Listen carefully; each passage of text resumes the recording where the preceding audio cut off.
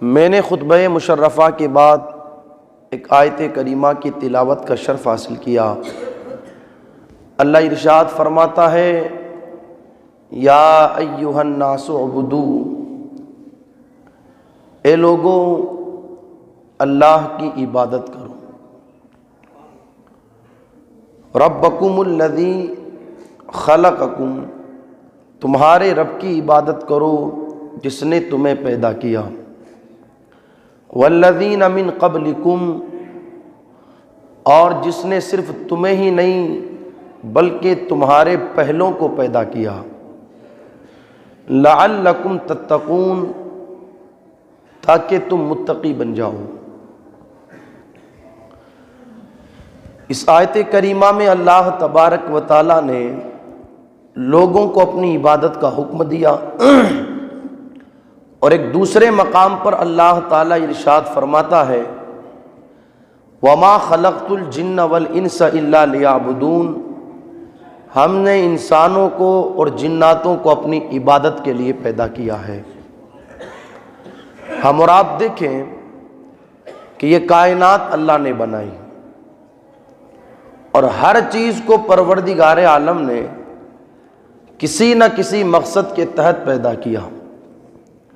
یہ بات اور ہے کہ اس چیز کی پیدائش کا مقصد ہماری سمجھ میں آئے یا نہ آئے، مگر حقیقت یہی ہے کہ اللہ نے ہر چیز کو کسی نہ کسی مقصد کے لیے پیدا کیا، چاہے چاند ہو، چاہے سورج ہو، آسمان ہو، زمین ہو، درخت ہو، پہاڑ ہو، دریا ہو، ندیاں ہوں، نالے ہوں، انسان ہو، جنات ہو، جانور ہو، جو کچھ ہے اللہ تبارک و تعالیٰ نے ہر چیز کو کسی نہ کسی مقصد کے لیے پیدا کیا۔ تو جس طرح اللہ نے سب کو کسی نہ کسی مقصد کے لیے پیدا کیا ہے، اسی طریقے سے اللہ تبارک و تعالیٰ نے انسان کو بھی دنیا میں ایسے ہی نہیں بھیجا، ایسے ہی نہیں پیدا فرمایا، بلکہ اللہ تبارک و تعالیٰ نے انسان کو بھی کسی نہ کسی مقصد کے تحت پیدا کیا ہے۔ اور وہ مقصد کیا ہے؟ تو اللہ خود ارشاد فرماتا ہے، وَمَا خَلَقْتُ الْجِنَّ وَالْإِنسَ إِلَّا لِيَعْبُدُونَ، انسانوں اور جناتوں کی پیدائش کا مقصد یہ ہے کہ وہ اللہ کی عبادت کریں۔ ہم دنیا پر نگاہ اٹھا کر کے دیکھیں تو ہمیں پتہ چلے گا جس چیز کو اللہ نے جس مقصد کے لیے پیدا کیا ہے، ہر وہ چیز اپنے اس مقصد میں لگی ہے، ہر وہ چیز اپنے مقصد کو پورا کر رہی ہے، چاہے چاند ہو، چاہے سورج ہو، چاہے رات و دن ہو، چاہے درخت ہو، چاہے ہوا ہو، چاہے پانی ہو، چاہے اناج ہو، ہر چیز اپنے مقصد کو پورا کر رہی ہے، مگر وہ انسان جسے اللہ نے اشرف المخلوقات بنایا، جسے اللہ تبارک و تعالیٰ نے عزتوں کا تاج عطا فرمایا، جسے اللہ تبارک و تعالیٰ نے تمام مخلوق میں افضل و اعلیٰ مقام عطا کیا، وہ انسان اللہ تبارک و تعالیٰ نے چار قسمیں بیان فرما کر کے جس انسان کے حسن کو بیان فرمایا، آج وہ انسان اپنے مقصد تخلیق کو بھولا ہوا ہے، حالانکہ کائنات کی ہر چیز اللہ نے جس مقصد کے لیے پیدا کیا ہے اپنے مقصد کو پورا کر رہی ہے، سوائے انسان کے کہ انسان اپنے مقصد تخلیق کو بھول گیا، حالانکہ انسان کی پیدائش کا مقصد تو یہ تھا اللہ کی عبادت کی جائے، انسان کی پیدائش کا مقصد تو یہ تھا اللہ کو راضی کیا جائے، انسان کی پیدائش کا مقصد تو یہ تھا اللہ کا ذکر کیا جائے، انسان کی پیدائش کا مقصد تو یہ تھا کہ مصطفیٰ جان رحمت صلی اللہ تعالیٰ علیہ وسلم کے طریقے کے مطابق اپنی زندگی کو گزارا جائے، انسان کی پیدائش کا مقصد تو یہ تھا اپنی زندگی مصطفیٰ جان رحمت صلی اللہ تعالیٰ علیہ وسلم کی سنتوں پر عمل کرتے ہوئے گزاری جائے، مگر انسان نے اپنی زندگی کا مقصد مال کمانا سمجھ رکھا ہے، انسان نے اپنی زندگی کا مقصد عزت حاصل کرنا سمجھ رکھا ہے، انسان نے اپنی زندگی کا مقصد شہرت کو سمجھ رکھا ہے، انسان نے اپنی زندگی کا مقصد اونچی کرسی ملنا سمجھ رکھا ہے، انسان نے اپنی زندگی کا مقصد اونچا اقتدار ملنا سمجھ رکھا ہے۔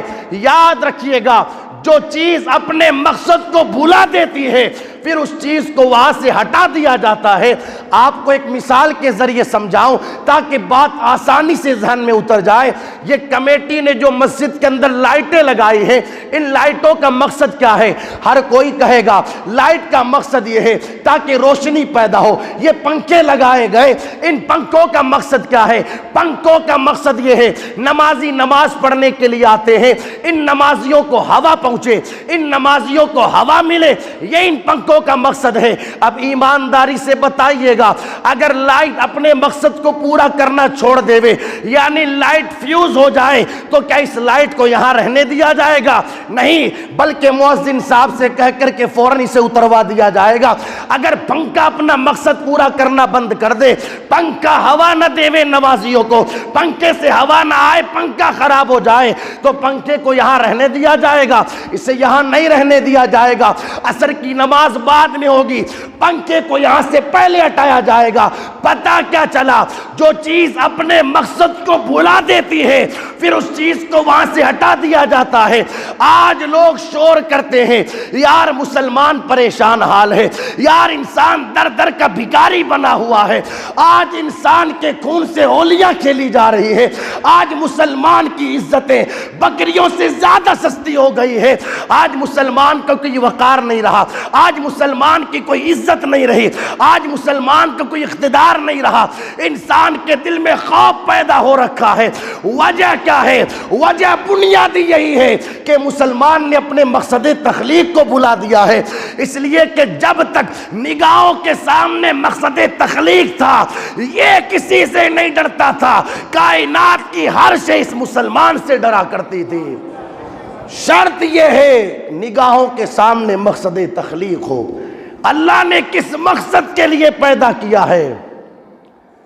کس مقصد کے لیے پیدا کیا ہے؟ انسان سوچے تو صحیح، ہماری تخلیق کا مقصد کیا ہے؟ پوری دنیا میں کہیں جہاں مسلمان پریشان ہے، چاہے تریپورہ کی سرزمین ہو، چاہے کشمیر کی سرزمین ہو، راجستھان کی سرزمین، یو پی، گجرات، مہاراشٹر، کہیں کی سرزمین ہو، مسلمان پریشان ہیں۔ لوگ کہتے ہیں یار مسلمانوں کے پاس دولت نہیں، اقتدار نہیں، فلاں چیز نہیں، فلاں چیز نہیں۔ آپ مجھے بتائیں یار، اب تو مسلمان اگرچہ لوگوں کے مقابلے میں کم ہو مگر پھر بھی تعداد ٹھیک ٹھاک ہے، 1.25 کروڑ تقریباً مسلمان یہاں پائے جاتے ہیں دنیا کے پردے پر۔ اب سمجھ رہے ہیں میری بات؟ مسلمانوں کے پاس اقتدار بھی ہے، کئی سارے ملک اسلامی ملک ہیں، دولت بھی ہے، مگر پھر کیا وجہ ہے کہ پھر بھی مسلمان پریشان؟ حالانکہ اگر ہم تاریخ پڑھیں، اپنی تاریخ، تو ایک زمانہ وہ تھا کہ اب تو 1.25 کروڑ ہیں مگر اس وقت تو صرف 313 تھے۔ ایک زمانہ وہ بھی دیکھا نا کہ مسلمانوں کی تعداد تقریباً صرف 313، مگر اللہ اکبر پھر بھی حال یہ ہے مقصد تخلیق نگاہوں کے سامنے تھا۔ کوئی مدد کرے یا نہ کرے، اللہ نے آسمان سے فرشتوں کو مدد کے لیے اتارا، مگر شرط یہ ہے ان کی نگاہوں کے سامنے مقصد تخلیق تھا۔ ہماری پیدائش کا مقصد کیا ہے؟ اللہ نے ہمیں پیدا کیوں کیا ہے؟ بھول گیا انسان اللہ نے کیوں پیدا کیا۔ اللہ خود ارشاد فرماتا ہے لوگو تمہاری پیدائش کا مقصد یہ ہے اللہ کی عبادت کی جائے۔ کتنا افسوس ہوتا ہے، کتنا افسوس جب مسلمان نماز نہیں پڑھتا۔ اور اب تو یار یہ کہتے ہوئے بھی شرم آنے لگی کہ نماز پڑھو، ہمیں خود شرم آنے لگی یہ کہتے ہوئے مسلمانوں سے کہ تم نماز پڑھو۔ کتنے افسوس کی بات، کتنے افسوس کی بات۔ جس قوم پر 5 وقت کی نماز اللہ نے فرض کی اس قوم سے کہنا پڑ رہا ہے کہ نماز پڑھو۔ جس قوم کی کل تک شان یہ تھی آج تو عالی شان مسجدیں، ایئر کنڈیشن سارے معاملات، کولر، اے سی، پنکھے، ساری چیزوں کا انتظام، مگر یہی قوم تو تھی، مسجد تو اپنی جگہ، جس قوم نے تلواروں کے سائے میں بھی سجدے کر کے دکھائے تھے، جس قوم نے تپتی ہوئی زمینوں پر بھی اللہ کی عبادت کر کے دکھائی تھی، اس قوم سے کہنا پڑتا ہے کہ نماز پڑھو، اس قوم سے کہنا پڑتا ہے کہ اللہ کی بارگاہ میں جھکو۔ سچ کہا تھا قلندر لاہوری نے، یہ ایک سجدہ جسے تو گرا سمجھتا ہے، جسے تو بھاری سمجھتا ہے، یہ ایک سجدہ جسے تو بھاری سمجھتا ہے، بہت بھاری لگتا ہے نا انسان کو، 2 گھنٹے گپ شپ میں گزار دے گا دوستوں کے ساتھ بیٹھ کر، مگر 15 منٹ اسے مسجد میں آنے نماز کے لیے بڑا بوجھ لگتا ہے۔ یہ ایک سجدہ جسے تو گرا سمجھتا ہے، 1000 سجدوں سے دیتا ہے آدمی کو نجات۔ در در کا بھکاری بن چکا ہے آج مسلمان۔ کاش کہ ہم نے سر خدا کی بارگاہ میں جھکایا ہوتا تو آج در بدر ہمیں ہاتھ جوڑنے اور سر جھکانے نہ پڑتے، لیکن ہم نے خدا کی بارگاہ میں سر جھکانا چھوڑ دیا۔ تو دیکھیں آپ کہاں کہاں ہمیں سر جھکانا پڑ رہا ہے، کہاں کہاں ہمیں ہاتھ جوڑنے پڑ رہے ہیں، کہاں کہاں ہمیں منت و سماجت کرنا پڑ رہا ہے۔ جب تک لوگوں نے خدا کی بارگاہ میں اپنے سر کو جھکائے رکھا تو ان کو کہیں سر جھکانا نہیں پڑتا تھا۔ دنیا کے بڑے بڑے بادشاہ ان کے درباروں میں اپنے سر کو جھکاتے تھے، اور آج بھی تاریخ گواہ ہے۔ چلے جاؤ ہند الودی سرکار غریب نواز کے آستانے پر، وقت کا شہنشاہ، وقت کا سرما، وقت کا کتنا ہی بڑا سرمایہ دار، عہدے دار، عزت دار کیوں نہ ہو، اسے آنا پڑے گا میرے خواجہ کی چوکھٹ پر۔ کیوں؟ اس لیے کہ خواجہ نے سر خدا کی بارگاہ میں جھکایا تو ہند والوں کے سر اللہ نے غریب نواز کی چوکھٹ پر جھکا دیے ہیں۔ آپ دیکھیں بڑے سے بڑے وہاں عقیدتوں کے پھول لے کر کے آتے ہیں۔ شرط یہ ہے اپنا سر خدا کی بارگاہ میں جھکایا جائے۔ سمجھے دوستو، سمجھے نماز کہتے کسے ہیں؟ بھول گئی میری قوم کہ ہمیں نماز بھی پڑھنا ہے۔ سارے کام ہو رہے ہیں، سارے کام، مگر نہیں پڑھنی تو نماز نہیں پڑھنی۔ اب پتہ نہیں ان کو سمجھانے کے لیے کون آئے گا، اب ان کو نماز پڑھوانے کے لیے کون آئے گا؟ کہاں مست ہیں، کس دنیا میں جی رہے ہیں؟ کہاں اپنے دل لگا رکھا ہے کہ آپ کو نماز کی یاد نہیں آتی؟ کہاں اپنے دل لگا رکھا ہے کہ آپ کو رب کی یاد نہیں آتی؟ جمعہ کے لیے آتے، صرف جمعہ کے لیے 2 رکعت پڑھنے، اور وہ بھی سلام ہونے کے بعد ایسے بھاگتے ہیں جیسے کوئی محلے میں آگ لگی ہو تو اسے جا کر کے بجھائیں گے، ایسے بھاگتے ہیں لوگ مسجد سے۔ اللہ خیر فرمائے، دل نہیں لگتا لوگوں کا مسجد میں، دل نہیں لگتا 15 سے 20 منٹ، آدھا گھنٹہ۔ یہ ہمارے ایمان کی کمزوری ہے، ایمان کی کمزوری۔ حالانکہ فرمایا گیا مومن کا دل مسجد میں ایسے لگتا ہے جیسے مچھلی کا دل پانی میں لگا کرتا ہے۔ بھئی مچھلی کا دل کوارا کرے گا کہ اسے کوئی مسجد سے پانی سے نکالے؟ مچھلی کبھی چاہے گی کہ اسے پانی سے نکالے؟ کبھی نہیں چاہے گی مچھلی۔ تو فرمایا گیا ایمان والے کا دل مسجد میں ایسے لگتا ہے، ایسے اسے سکون ملتا ہے مسجد میں جیسے مچھلی کو پانی میں ملا کرتا ہے۔ اور منافق کا دل اس طرح مسجد میں بے قرار رہتا ہے جیسے مچھلی پانی سے نکلنے کے بعد بے قرار رہتی ہے۔ ہم ذرا اپنے گریبانوں میں جھانکے، اپنے ایمان کا جائزہ لے کہ کیا وجہ ہے، کیا وجہ ہے۔ چائے کی ہوٹل پر چائے پینے کے لیے قوم آدھا گھنٹہ برباد کر دیتی ہے، مگر نماز کے لیے لوگوں کے پاس 15 منٹ نہیں۔ سمجھ رہے ہیں آپ میری بات؟ سمجھ رہے ہیں؟ اور سوچے تنہائیوں میں بیٹھ کر کے سوچے، کوئی یہ نہ سوچے کہ میں نماز نہیں پڑھتا، سوچے تنہائیوں میں بیٹھ کر اللہ کی بارگاہ میں عرضی لگائے، مولا ہم سے ایسا کون سا گناہ ہو گیا کہ تو نے اپنی بارگاہ میں بلانا چھوڑ دیا؟ ہم سے ایسی کون سی غلطی ہو گئی کہ ہماری تیری بارگاہ میں حاضری بند کر دی گئی؟ کوئی یہ نہ سوچے کہ میں نماز کے لیے نہیں جاتا، حقیقت تو یہ ہے تو جائے گا کیا، تیری اوقات کیا ہے، اللہ تجھے بلاتا ہی نہیں ہے۔ اس حوالے سے مولانا روم نے ایک حکایت لکھی، فرماتے ہیں ایک دولت مند تھا، تو اس کا ایک خادم تھا، تو خادم نے کہا میں آپ کے ساتھ تھوڑی دیر بعد میں چلوں گا، پہلے میں نماز پڑھ کر کے آ جاتا ہوں۔ خیر وہ بندہ آ گیا مسجد میں نماز پڑھنے کے لیے، خادم جو تھا۔ اب جب نماز پڑھنے کے لیے آیا نا تو اس کا دل لگ گیا۔ اصل چیز دل لگ جانا ہوتا ہے، یہ بہت بڑی چیز ہوتی ہے کہ کسی کا دل لگ جائے، کسی کا دل لگ جائے، یہ بہت اعلیٰ چیز ہوتی ہے کہ کسی کا مسجد میں دل لگ جائے، کسی کا سجدے میں دل لگ جائے۔ اس کا دل لگ گیا، کافی دیر ہو گئی، جو بادشاہ تھا، جو دولت مند سرمایہ دار تھا، وہ باہر کھڑا کھڑا انتظار کرتا رہا۔ جب تھک گیا انتظار کرتے کرتے تو اس نے دروازے پر آ کر کے کہا بتا تو صحیح تجھے اندر کس نے روک لیا ہے، تجھے اندر کس نے روک لیا ہے کہ تو آتا نہیں؟ پلٹ کر کے اس نے جواب دیا کہ جس نے تجھے اندر آنے سے روک لیا ہے اسی نے مجھے اندر روک لیا ہے۔ سمجھے نہیں آپ، سمجھے نہیں بات میری، سمجھے نہیں۔ تیرے بس کی بات نہیں ہے کہ تو آتا نہیں، حقیقت تو یہ ہے کہ خدا نے بلایا ہی نہیں ہے۔ اس لیے خدا را آئے، خدا کی بارگاہ میں آئے۔ میں جوانوں سے گزارش کروں گا، کیا کر رہے ہو یار؟ جوانی ایسے ہی گزار دو گے کھیل کود میں؟ جوانی ایسے ہی گزار دو گے گھومنے پھرنے میں؟ جوانی ایسے ہی گزار دو گے کھانے کمانے میں؟ یہ کوئی کمال کی بات تھوڑی ہے، یہ کام تو ایک چونٹی بھی کر لیتی ہے جسے ہم کیڑی کہتے ہیں یار، وہ بھی کھاتی ہے۔ اور بارش کے موسم کا دوسرے موسموں میں بل میں جمع بھی کر لیتی ہے، اور پھر بارش کے موسم میں اپنے سوراخ میں بیٹھ کر کے کھاتی ہے۔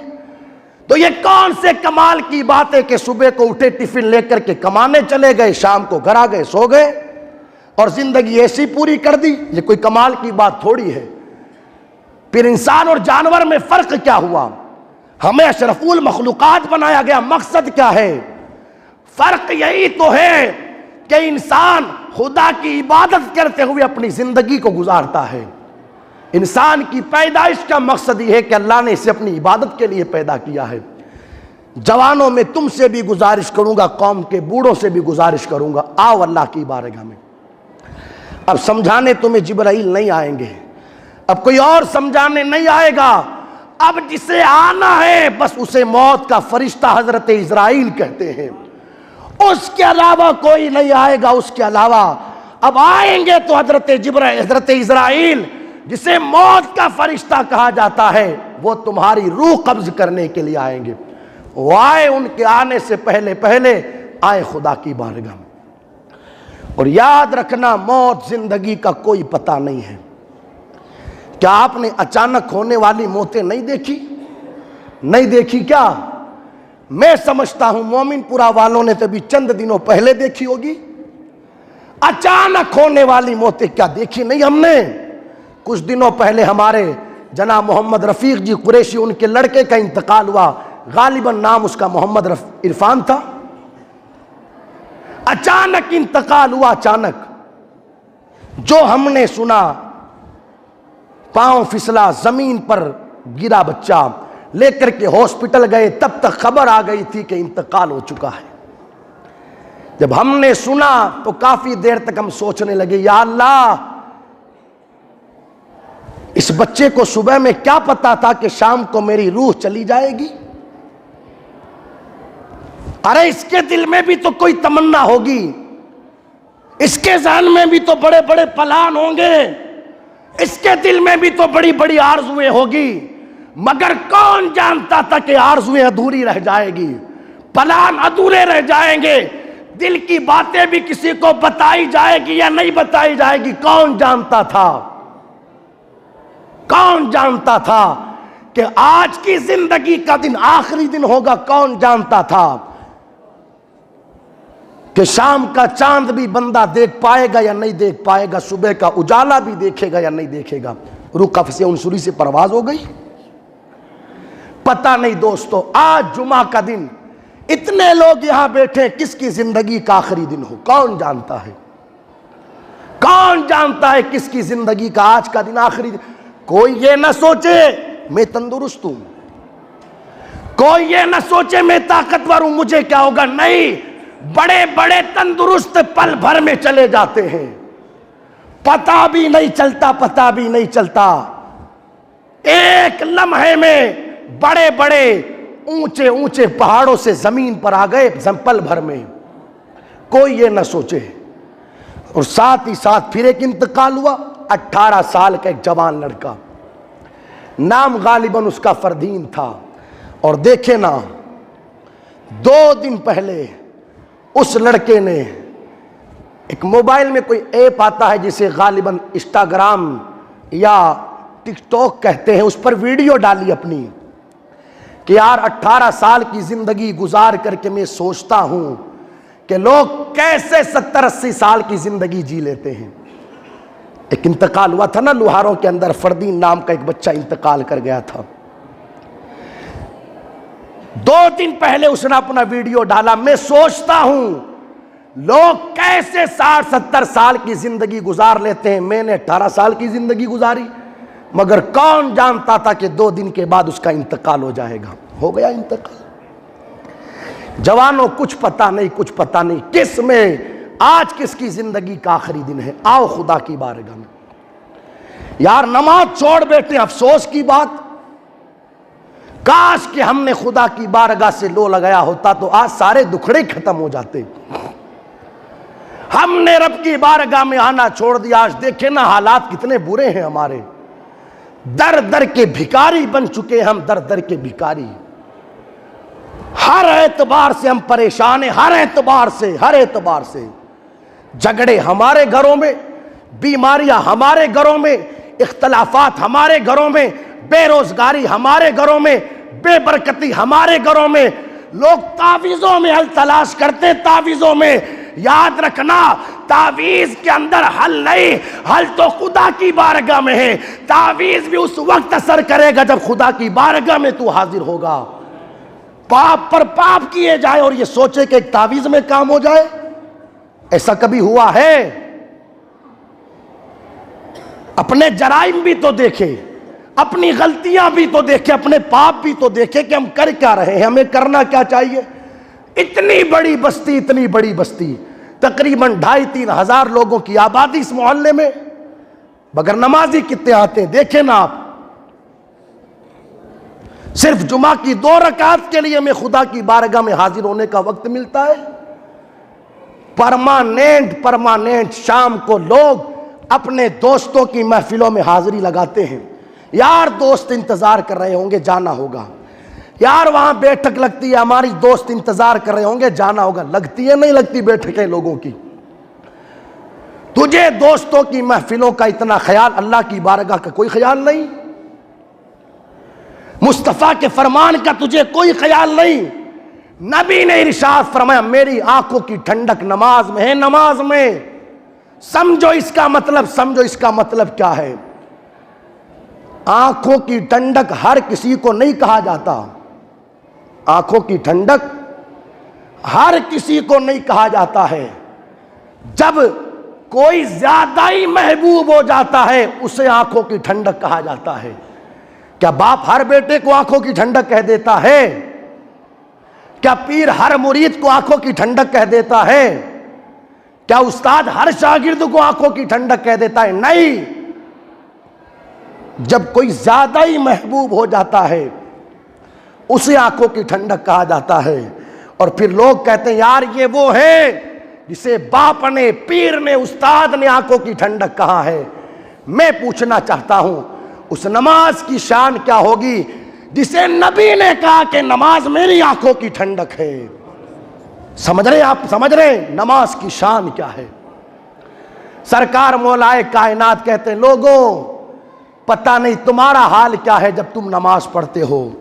علی سے پوچھو تو علی کے دل کا حال یہ ہے کہ علی کا دل جب چاہتا ہے نا کہ علی اللہ سے بات کرے، کس سے بات کرے؟ اللہ سے کلام کرے، اللہ سے بات کرے، تو علی پھر نماز پڑھتا ہے۔ کیا پڑھتا ہے؟ نماز۔ اور علی کا دل چاہتا ہے کہ اللہ علی سے بات کرے تو علی پھر قرآن پڑھتا ہے۔ پڑھ کر کے دیکھو مطلب کیا ہے۔ بندہ جب نماز پڑھتا ہے تو کرتا کیا ہے؟ الحمدللہ رب العالمین، اے اللہ ساری تعریفیں تیرے ہی لیے۔ الرحمن الرحیم، مولا تو رحم کرنے والا ہے، رحمان ہے، رحیم ہے۔ مالک یوم الدین، مولا تو قیامت کے دن کا مالک ہے۔ ایاک نعبد و ایاک نستعین، پروردگار عالم ہم تیری ہی عبادت کرتے ہیں، تجھی سے مدد چاہتے ہیں۔ اہدنا الصراط المستقیم، اے اللہ تو ہمیں سیدھے راستے پر چلا۔ سمجھیے گا ایسا نہیں لگ رہا کہ بندہ خدا سے بات کر رہا ہے، ایسا نہیں لگ رہا کہ بندہ خدا سے بات کر رہا ہے۔ اہدنا الصراط المستقیم، اے اللہ تو ہمیں سیدھے راستے پر چلا۔ صراط الذین انعمت علیہم، ان لوگوں کے راستے پر جن پر تیرا انعام ہوا۔ غیر المغضوب علیہم ولا الضالین، ان لوگوں کے راستے پر نہ چلا جن پر تو نے غضب فرمایا۔ کیا ایسا نہیں لگ رہا کہ بندہ خدا سے بات کر رہا ہے؟ مولا کائنات فرماتے جب دل چاہتا ہے کہ میں خدا سے بات کروں تو پھر میں نماز پڑھتا ہوں۔ ایک بزرگ تھے، ان کے پاس کوئی بندہ آیا اور آ کر کے کہنے لگا حضرت مجھے نصیحت کرو۔ کیا کرو؟ زور سے بولو، نصیحت۔ تو بزرگ نے نصیحت کی، نماز پڑھا کرو۔ کیا نصیحت کی؟ نماز پڑھا کرو۔ وہ کہنے لگا نماز تو مجھ سے پڑھی نہیں جائے گی، آپ کوئی دوسری نصیحت کرو۔ اب وہ اللہ والے تھے، ارشاد فرمایا ٹھیک ہے پھر تجھ سے نماز نہیں پڑھی جاتی تو ایسا کر پانی پینا بند کر دے۔ ایسا کبھی ہو سکتا ہے حضرت؟ اگر پانی پینا بند کر دوں گا تو مر جاؤں گا، پانی کے بغیر تو میں رہ ہی نہیں سکتا۔ کہا چل ٹھیک ہے پانی کے بغیر نہیں رہ سکتا تو پھر سانس لینا بند کر دے۔ کہا حضرت یہ بھی کیسے ہوگا؟ اگر تھوڑی دیر سانس نہیں لوں گا تو مر جاؤں گا، یہ بھی مجھ سے نہیں ہو پائے گا۔ کہا پھر ایسا کر تو سانس کے بغیر بھی نہیں رہ سکتا اور تو نماز بھی نہیں پڑھ سکتا، تو پھر ایسا کر اس زمین کو چھوڑ دے اور خدا کے علاوہ اگر کسی نے کوئی زمین بنائی ہے تو اس زمین پر چلا جا۔ کہنے لگا کیسی بات کرتے ہو؟ جہاں جاؤں گا خدا کی زمین، جہاں جاؤں گا خدا کی زمین، خدا کی زمین کے بغیر بھی میں نہیں رہ سکتا۔ تو اللہ والے فرماتے نادان، جب تو اس رب کے دیے ہوئے پانی کے بغیر نہیں رہ سکتا، ہوا کے بغیر نہیں رہ سکتا، اس کی زمین کے علاوہ تجھے کوئی زمین نہیں ملتی، اس کے دیے ہوئے کانوں سے سنتا ہے، اس کی دی ہوئی آنکھوں سے دیکھتا ہے، اس کی دی ہوئی زبان سے بولتا ہے، پھر کیا وجہ ہے اتنی نعمتیں استعمال کر کے بھی نماز چھوڑ کر کے اس کی ناشکری کرتا ہے؟ ہونا تو یہ چاہیے کہ اس کا شکریہ ادا کیا جائے۔ میں پوچھنا چاہتا ہوں ان لوگوں سے جو یہ کہتے ہیں کہ یار ہم سے تو نماز نہیں پڑھی جاتی، کھاتے کس کا ہو؟ اللہ کا؟ کس منہ سے کھاتے ہو جب ہم رب کی عبادت نہیں کرتے؟ کس منہ سے پیتے ہو جب ہم رب کی عبادت نہیں کرتے؟ پاؤں میرے اللہ نے دیے، کس منہ سے پاؤں پر چلتے ہو جب اللہ کی عبادت نہیں کرتے؟ آنکھیں اللہ نے دی، کس منہ سے دیکھتے ہو جب اللہ کی دی ہوئی ان نعمتوں کا استعمال کر کے خدا کی بارگاہ میں حاضر نہیں ہوتے؟ میں گزارش کروں گا آگے سے لے کر کے پیچھے تک سارے لوگوں سے، آؤ خدا کی بارگاہ میں، آج موقع ہے، آج موقع ہے، آ جاؤ اللہ کی بارگاہ میں۔ آنا تو خدا کی بارگاہ ہی میں ہے، یہ فائنل ہے۔ کل آؤ گے کفن میں منہ چھپا کر، اس سے بہتر یہ ہے کہ آج خدا کی بارگاہ میں کھلے منہ حاضر ہو جاؤ۔ وہ بڑا کریم ہے، وہ بڑا رحیم ہے، 70 ماہوں سے زیادہ مہربان ہے اپنے بندوں پر، مگر شرط یہ ہے کہ بندہ کبھی حاضر ہو تو صحیح۔ جبرائیل امین کہتے ہیں ایک مرتبہ میں نے قدرت کی آواز سنی، لبیک یا عبدی، میرے بندے میں حاضر ہوں۔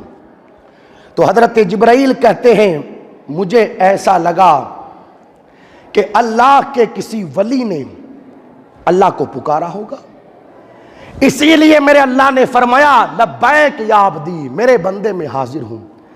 جبرائیل نے کہا، میرا دل کہنے لگا جبرائیل دیکھ تو صحیح وہ اللہ کا ولی کون ہے جس سے اللہ کلام فرماتا ہے، اللہ جس سے کہتا ہے میرے بندے میں حاضر ہوں۔ اللہ اکبر۔